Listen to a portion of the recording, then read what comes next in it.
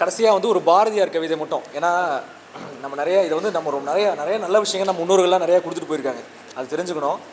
பாரதியார் கவிதை பார்த்திங்கன்னா அவ்வளோ மீனிங்ஃபுல்லாக இருக்கும். அதில் வந்து ஒரு கவிதை ஒன்று, தேடி சோறு நிதம் தின்று பல சின்னஞ்சிறு கதைகள் பேசி மனம் வாடி துன்பம் மிக உழன்று பிறர் வாட பல செயல்கள் செய்து நரைக்கூடி கிளப்பருவம் எய்தி கொடுங்கூற்றுக்கு இறையென பின்மாயும் பல வேடிக்கை மனிதரை போல் நான் வீழ்வேன் என நினைத்தாயோ அப்படிங்கிறார்.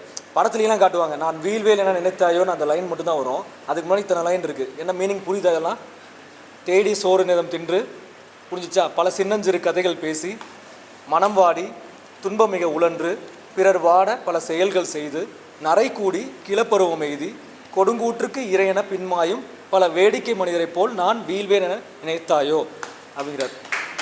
நல்லா புரிஞ்சுக்கிட்டு நம்மளும் அது மாதிரி வாழ ஆரம்பிக்கிறோம். சரிங்களா? நன்றி.